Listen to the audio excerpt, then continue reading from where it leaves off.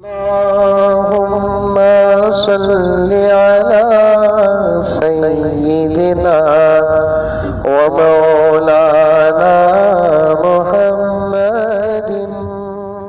उस जमाने के बादशाह खलीफे मंसूर को काजी की जरूरत पड़ी। तलाश करो काजी को, बेहतरीन इल्म वाला। सबके जुबानों में एक ही नाम आया, अबू हनीफा इसके लायक है। और थी भी बात हकीकत, थी भी बात हकीकत। जहां सबकी नजरें जाकर खत्म होती थी, वहां अबू हनीफा की नजर शुरू होती थी। जहां कोई नहीं देखता था, वहां अबू हनीफा देखता था। बड़ी बड़ी किताबें हैं हजरत इमाम अबू हनीफा के। आकर उनके पास मसाइल और सवालात करने वालों का जवाब देने वालों के, जो मसला किसी से हल नहीं हो सकता था, ऐसे मसाइल को भी अल्लाह के फजल से हजरत इमाम अबू हनीफा हल करके छोड़ देते थे। चलो एक वाकया बोलकर मैं अपनी बात को आगे बढ़ाऊं। इमाम अबू हनीफा के ज़माने में एक चोर एक घर में दाखिल होकर घर वाले के सामने चुराया। उन्हें असल में ये ज़माने में पैदा होना था, सो वह ज़माने में पैदा होगा।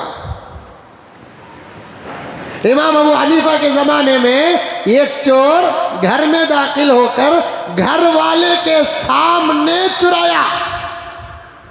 डरा को, धमका को, लांगा दिखा को।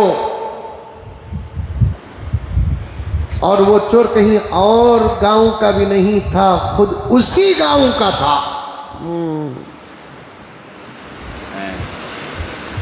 और तीसरी बात क्या है, पूरा चुरा ले को, ब्याग बना ले को, थैला बना ले को। जाते जाते बोलिया, मेरा नाम बोलिया, तुझे छोड़ता नहीं। अब उन्हें नहीं बोलता बोलकर बोल डालिया चोर के सामने, लेकिन चोर को यकीन नहीं आया। अब जान से डर कर मान लिया। फिर मैं गए के बाद इन्हें नाम बोल डालेंगे। गले में तलवार रख दिया, रखकर बोलिया, मेरा नाम बोलिया तो बोल तेरी जोरू पर तलाक।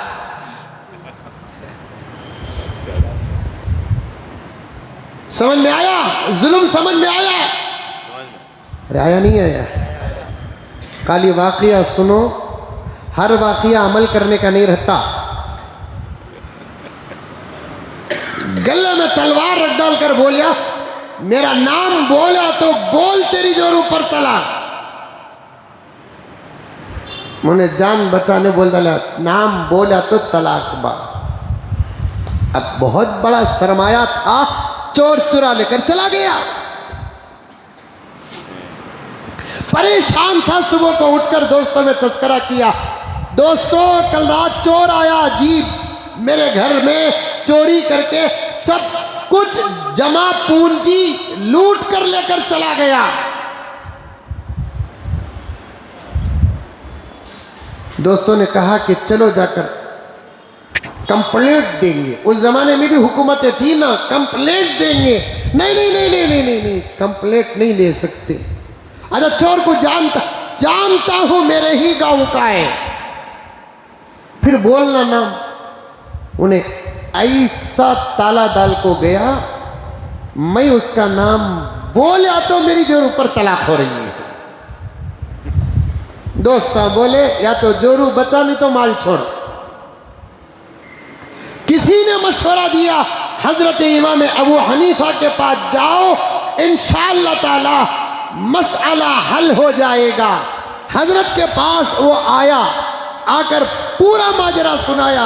हजरत कल रात मेरे घर चोरी हुई, चोर भी गांव वाला है, जानता भी हूं चोर को, पूरी जमा पूंजी चुरा लेकर चला गया, लेकिन साथ में मुझे तलाक शर्त भी लगाकर चला गया। मैं उसका नाम अगर बताऊं तो फिर मेरी जोरू पर तलाक हो जाएगी, इमाम अबू हनीफा ने पूछा, तलाक का जुमला तूने जुबान से अदा किया? हाँ हजरत मैंने अदा किया। अगर नाम बताऊं तो तलाक वाक़े हो जाए।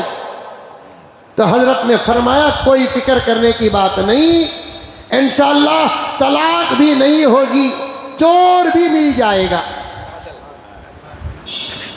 तलाक भी वाक़े नहीं होगी, चोर भी मिल जाएगा। खुश हो गया इसने। फिर उस गांव के बड़े जिम्मेदार से कहा, आज ईशा की नमाज में पूरे गांव वालों को मस्जिद में जमा करो। अब अमीर साहब का हुक्म हुआ, पूरे गांव वाले नमाज में आ गए। जिसका माल लुटा था इमाम अबू हनीफा ने कहा दरवाजे के पास खड़ा हो जा, एक एक आदमी दरवाजे से बाहर जाएगा। तू हर गुजरने वाले को देखकर अगर चोर नहीं है तो सिर्फ इतना बोल दे, इन्हें नहीं, इन्हें नहीं, इन्हें नहीं। जब चोर आएगा तो खामोश खड़ जा। समझ में आया? जो चोर नहीं, बादशाह गुजरे, बादशाह नहीं, अकरम गुजरे, अकरम नहीं, अब्दुल वाहिद गुजरे, अब्दुल वाहिद नहीं, साफ बोल। चोर गुजरिया तो तू खामोश खड़ जा। तेरी खामोशी को देखकर हमें समझ जाएंगे चोर। तू बताएगा नहीं, निकाह बाकी रहेगा, तेरी खामोशी से हमको पता चलेगा, चोर भी अटक जाएगा। ऐसे ही हुआ। ऐसे सब वो वाक़ियात हैं हजरत इमाम अबू हनीफा के इंसाफ व फैसले के, जो पर्सनल आकर अगर कोई पूछता हजरत मसला हल करते। लेकिन बावजूद इसके इमाम अबू हनीफा के दौर में जब काजी की ज़रूरत पड़ी